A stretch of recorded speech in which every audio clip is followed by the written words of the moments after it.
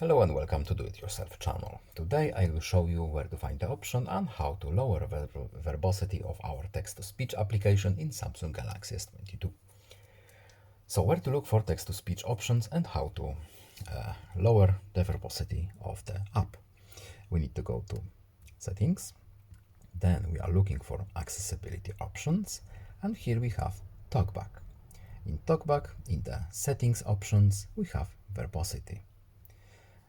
By default, this custom option is turned on, and as you can see, we have a few things turned on and others turned off.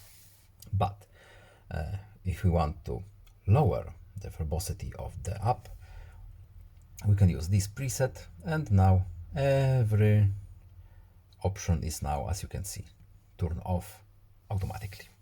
That's all, no need to save.